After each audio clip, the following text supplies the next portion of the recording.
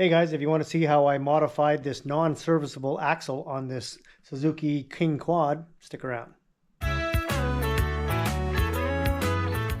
guys, so I've had one of these Suzuki King Quads for quite some time. This is a 1999, so it's 2025 when I'm making this video, so we're looking at like a 26-year-old quad.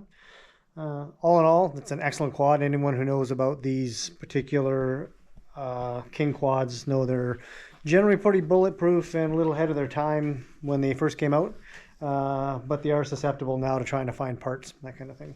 So what was happening on this one was the rear axle was starting to slip within the splines. So I ended up taking it all apart. Found a fella off of eBay somewhere in the United States that had an axle, OEM parts numbers lined up, etc.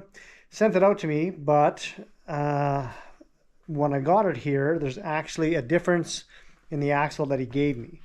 So I'll just go through here and I'll show you what I have, and I'll show you what ended up happening. So if you picture these two axles, you can see here, so this one here is now, it's all been modified, but I'll kind of explain what happened here. So this end here is the replacement axle I got from the States, and this end here came with this one. And also, just for reference sake, the termination joint here also came with the new axle when I got it from the States, so it's really good shape. I've already got it on the machine there, otherwise I'd show it to you. If you notice the size of these two particular shafts, this is the output shaft that goes right into and through the parking brake drum, or the manual brake drum on the Suzuki King Quads. You'll notice that the splines here are slightly shorter on this one. So I think what happened is he actually sent me, or had mislabeled the left rear axle instead of the right rear axle. So the right rear axle is this length here, and the left rear axle is actually this one here.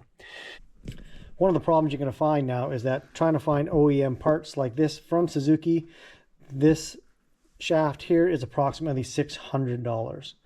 And these U-joints here are non-serviceable. So what they have is a little crimp in there, which I'll show you, so that you can't get them out.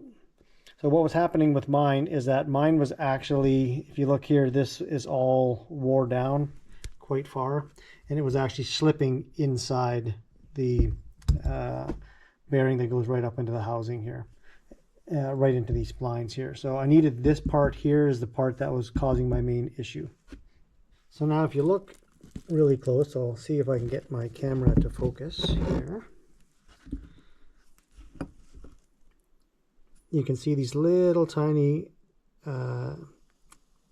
indents. That's what the factory puts in to hold the U-joint cups on. And so what has to happen is those are pushed in, holding the cup in.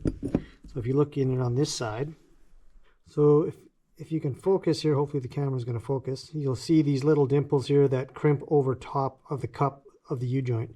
On a traditional serviceable U-joint, there'd be a ring or a clip or a snap ring or something in there. So these don't have it. So they're designed to be a non-serviceable U-joint or non-serviceable axle. But I don't feel like paying $700. And so the axle that came from the States was actually in really good shape, and so was the U-joint.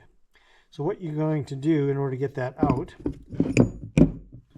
I took my Dremel and I just dremeled all inside so that I was able to get those particular little dimples to come out, and that freed up the cup, and then pounded it out like a regular U-joint. Following that,